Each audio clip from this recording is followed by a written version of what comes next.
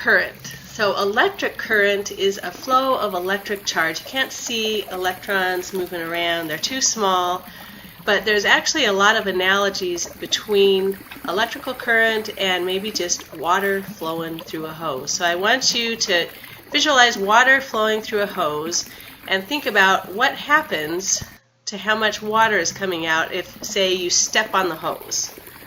Okay, so if you step on the hose, there's less water coming out of it. That would be the analogy of a resistor in an electrical circuit. Okay, and then the voltage would be the pressure at the end of the hose, and the current would be the actual water flowing through this thing.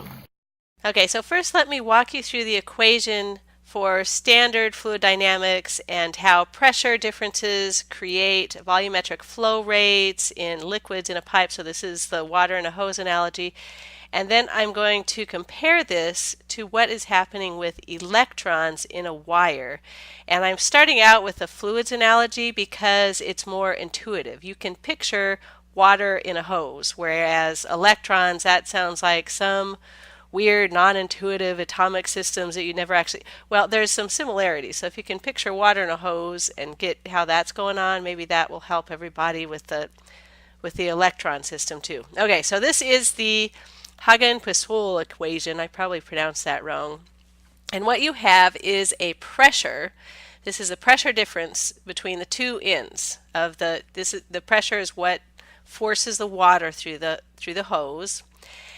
And over here, Q is the volumetric flow rate. This is the current flowing through the tube.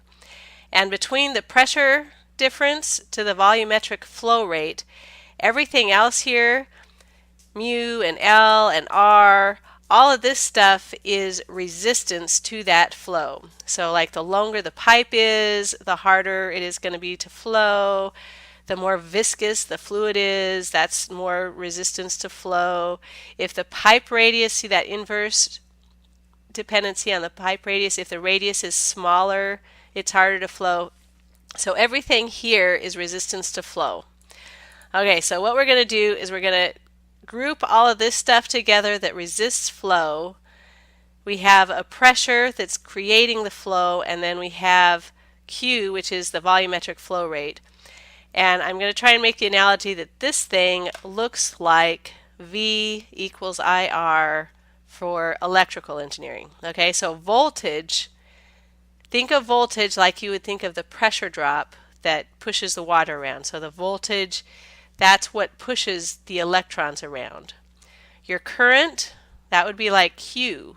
So instead of volumetric flow rate of water, you're looking at the flow rate of electrons. How many electrons are passing some area in some given time. So electrons per time. And then the other piece of this, resistance, and there's a lot of stuff that's going to go through and contribute to how resistive one material is over the other. But there's some resistance that relates your fluid flow to the pressure difference in here, or your current to your voltage. You'll see similar ideas in a couple of different classes, and once you see where those concepts overlap one another, I mean, we don't have a grand theory of everything yet. Maybe in the future there's not going to be 45 different degrees of engineering. It'll just be one, and we'll all have it unified, and it keeps coming back to some very basic similar concepts though, and this is one of those correlations. So whether you're chemical engineering, interested in fluid dynamics, or you're electrical engineering and you're interested in current through a wire, there's some similar concepts going on in each of these cases. Okay, so here's a PhET simulation demonstrating the big equation for electrical engineering. So the big equation for electrical engineering is V equals IR. V is voltage, I is current, R is resistance. And in the simulation, these little guys right here, these are the batteries. Batteries actually do come in 1.5 volt chunks. So we're going to be changing the number of volts and batteries on here. We're also going to be changing the current flowing through this tube. So this is like a hose, only instead of water flowing through a hose, it's electrons flowing around some kind of a conductive like copper metal. And then down here, we have something that's going to resist the flow of electrons. So this would be like stepping on the hose and making it harder for that current to get through it. Okay, so V equals IR, kind of like F equals MA, only V equals IR. And people spend semester after semester just studying the implications of this one simple equation. What happens if we increase the voltage? So voltage, that would be like increasing the pressure difference on your hose, that potential that forces the water to flow. So there's something that's going to force the electrons to flow, and you can study how generators work with what magnets are and electricity and magnetism. That's going to be your physics 2 class.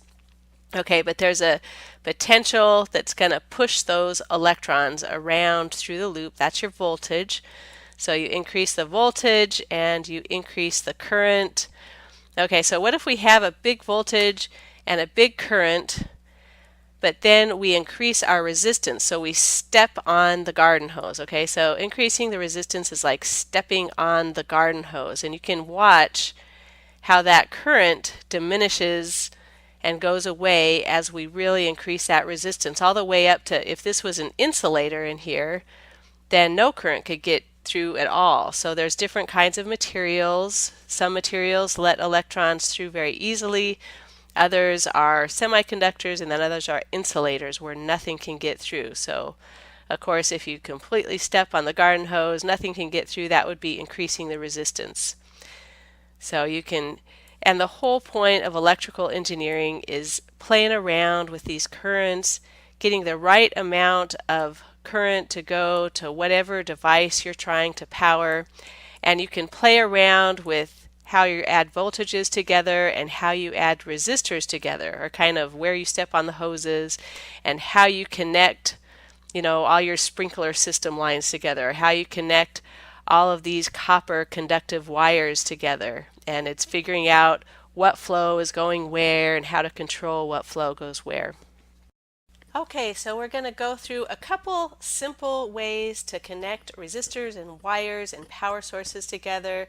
The first and simplest method is called connecting resistors in series. So this is a daisy chain. We have just one wire, it goes in one loop, and our resistors are placed along this wire. So going back to our water analogy, what this looks like, let's say we have a water tower up here. Okay, so we have a pressure. The pressure from the water is going to push water through this hose, and then along the hose there's some resistance to flow. So one person is stepping on it over here and another person is over here, and let's say these people, maybe they weigh different amounts, right? So one person is stepping on it more than some little skinny teenage kid is hardly changing it at all. Okay, so there's different amounts of resistance from different people stepping on this hose, and we're going to see how much of this water in the water tower that's pushing down on here actually creates a current and makes it all the way through down to the ground. Okay, so this is the low potential. This is where the water is trying to get through. What this looks like as a circuit. Okay, so instead of a water hose, you have a copper wire. And instead of a tank, we have a battery that has a potential difference. Plus and minus, kind of like a magnet. A magnet has a positive and negative side.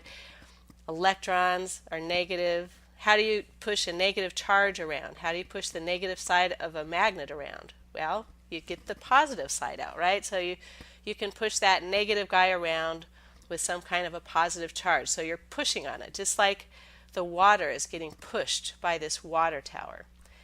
So you have this electron and it's getting pushed around, and depending on the potential, there's a larger voltage, a larger push, or a smaller push.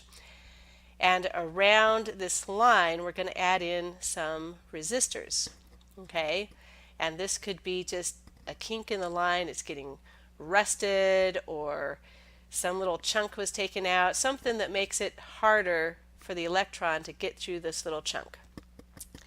And you can ask yourself, okay, so if I move these guys on here, how much of a current, how many electrons are going to make it all the way through here to the other side? So how many electrons are moving around in here, and are they able to get through these obstructions to get around the wire.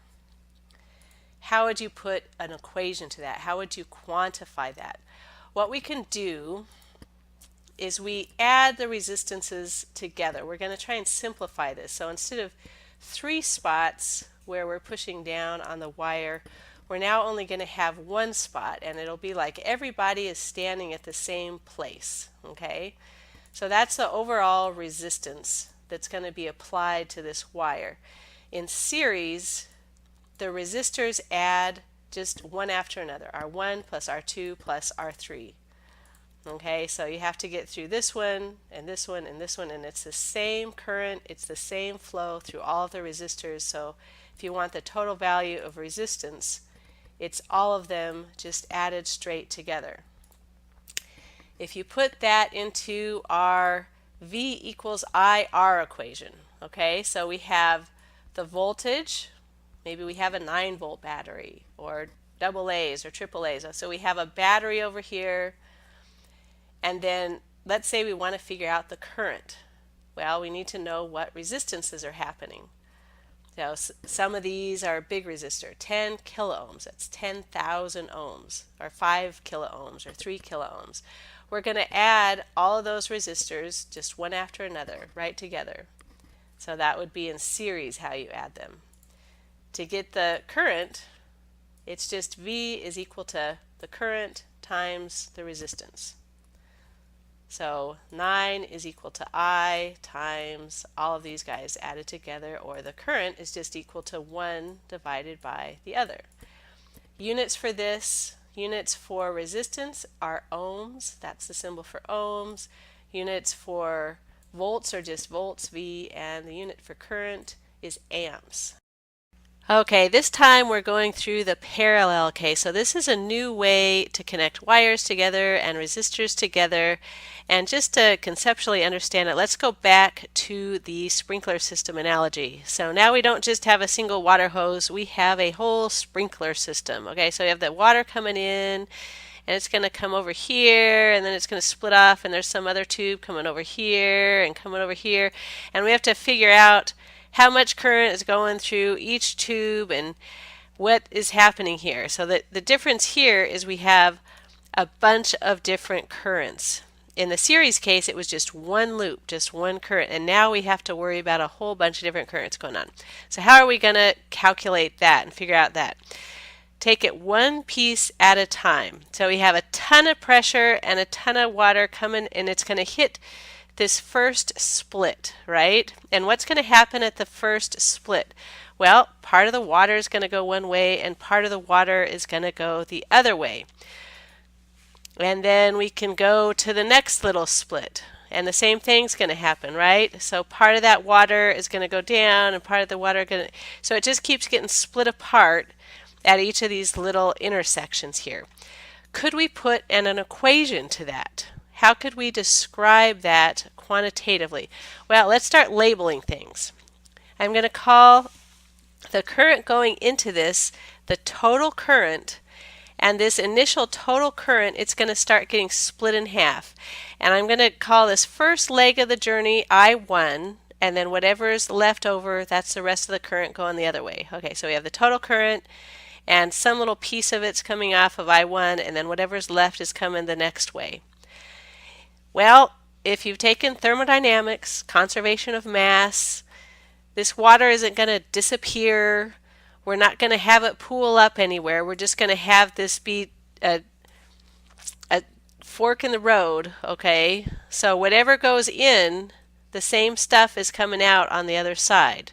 So I total coming in, and what comes out the other side, it's going to add together to I total. It doesn't just, disappear or something. So this is conservation of mass or conservation of current or whatever you want to say.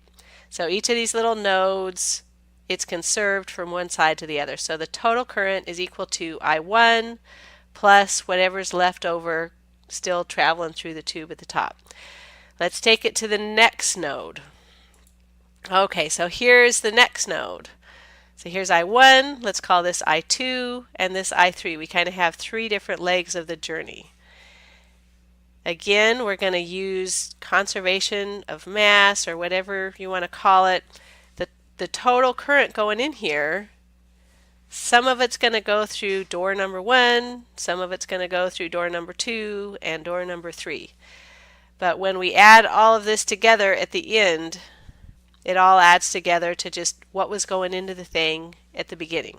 Okay, so this is how you deal with parallel circuits. You just know that all of these currents that get divided up, they all add together to what was originally going into the thing.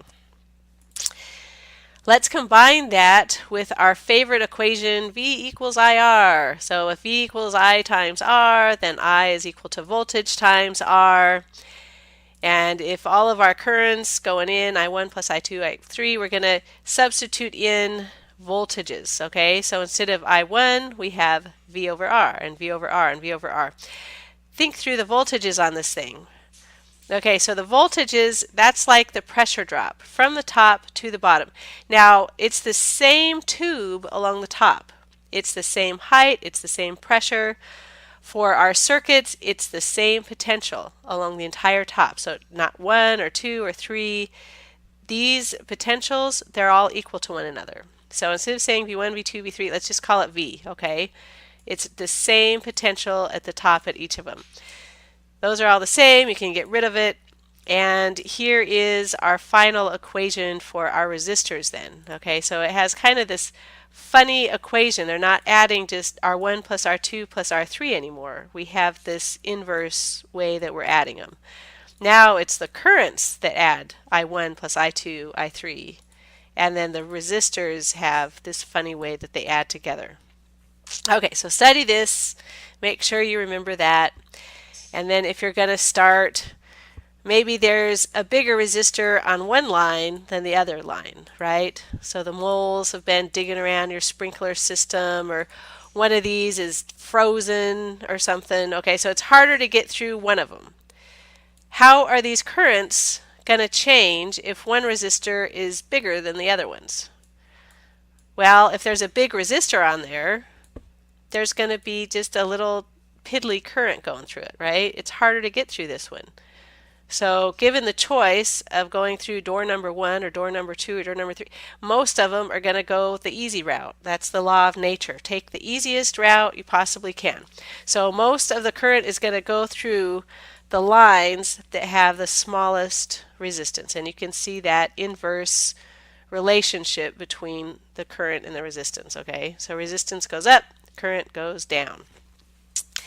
So here we go. We can say how much current is going through door number 1, how much current is going through door number 2. Well, it just depends on the resistor values in each of those, right? So you have I is equal to V over R. Larger R means a smaller I. Here's what this traditionally looks like. So you'll have some parallel circuit. You've got the voltage on one, so this is a 9-volt battery over here. And you'll be given a bunch of resistor values. So let's say 10 kiloohms. So this is the big resistor. 2 and only 1. These are the piddly ones. So where's all the current going to want to go? It's going to want to go through the path of least resistance. This is the path of least resistance over here. And let's say they say, okay, well, how much current is going through the first resistor versus how much is flowing through the third one? Well, it's just I is equal to V over R. And it's the same voltage across the same one. It's the same line. Okay, 1, 2, 3, and 4. These are all connected to the same side of the battery. So your voltage on top is all 999. But depending on the resistor on the bottom, okay, so the easy route, the 1 kiloohm route, the little guy, everybody's going that route, 9 milliamps. But then if you go over here to the 10 kiloamps, so this is the hard route, the route less traveled, and sure enough it's less traveled. 0.9 amps go through the huge resistor versus 9. So we have an order of magnitude difference here because of the order of magnitude difference in your resistors. So hopefully that can make a little bit of intuitive sense there, and you can kind of visualize where is the water going to go depending on who's stepping on the lines and where it's easiest to travel and where it's hardest to travel and how that current's going to split up. And that's parallel and series, and of course these electrical circuits are going to get a lot more complicated than just series and parallel, but this is just an introduction to the types of problems that you're going to start seeing in electrical engineering and circuits and that kind of thing. Okay, so hopefully that wasn't too confusing for everybody.